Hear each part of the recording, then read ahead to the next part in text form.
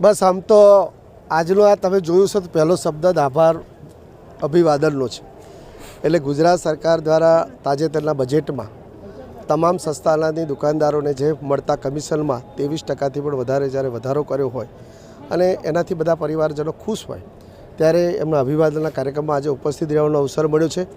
વિશેષ કરીને દુકાનદારોને અમે એક સરકારના એક પરિવારજન તરીકે ઓળખીએ છીએ, કારણ કે સરકારની તમામ ગરીબલક્ષી યોજનાઓ એમના થકી ગરીબ સુધી પહોંચે છે. એટલે એ પણ એક અમારો પરિવાર જ છે. એટલે એમના પરિવારના કાર્યક્રમમાં જ્યારે અહીંયા ઉપસ્થિત રહેવાનું છે ત્યારે મને વિશેષ આનંદ પણ છે. ખાસ કરીને હાલ તબક્કે જે રીતે પરિસ્થિતિનું નિર્માણ થઈ અને હાલ તબક્કે આપણી પાસે પેટ્રોલ ડીઝલનો પણ પૂરતો જથ્થો છે, ગેસનો પણ પૂરતો જથ્થો, શું અપીલ કરો?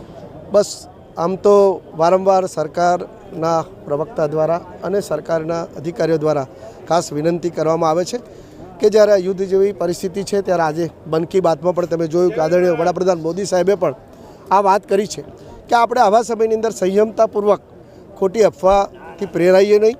સરકાર પાસે સંપૂર્ણ જે બધા જ જથ્થો પૂરતો છે અને જે મોદી સાહેબનું જે વિઝન છે અને અન્ય દેશો સાથે જે રીતે ડિપ્લોમેસી છે એ પ્રમાણે મને ચોક્કસ ખાતરી છે કે હંમેશા જેમ કોરોના કાળમાંથી આપણે સુપેરે બહાર આવ્યા હતા એવી રીતે આ યુદ્ધની પરિસ્થિતિમાં પણ ખૂબ સુપેરે રીતે આપણે બહાર આવી અને પણ આ સમયમાં સૌ પ્રજાજનોએ એ થોડુંક પોતાની જાતને સંભાળીને ખોટી અફવાથી ન પહેરાય એ ખાસ મારો વિશેષ અનુભવ છે.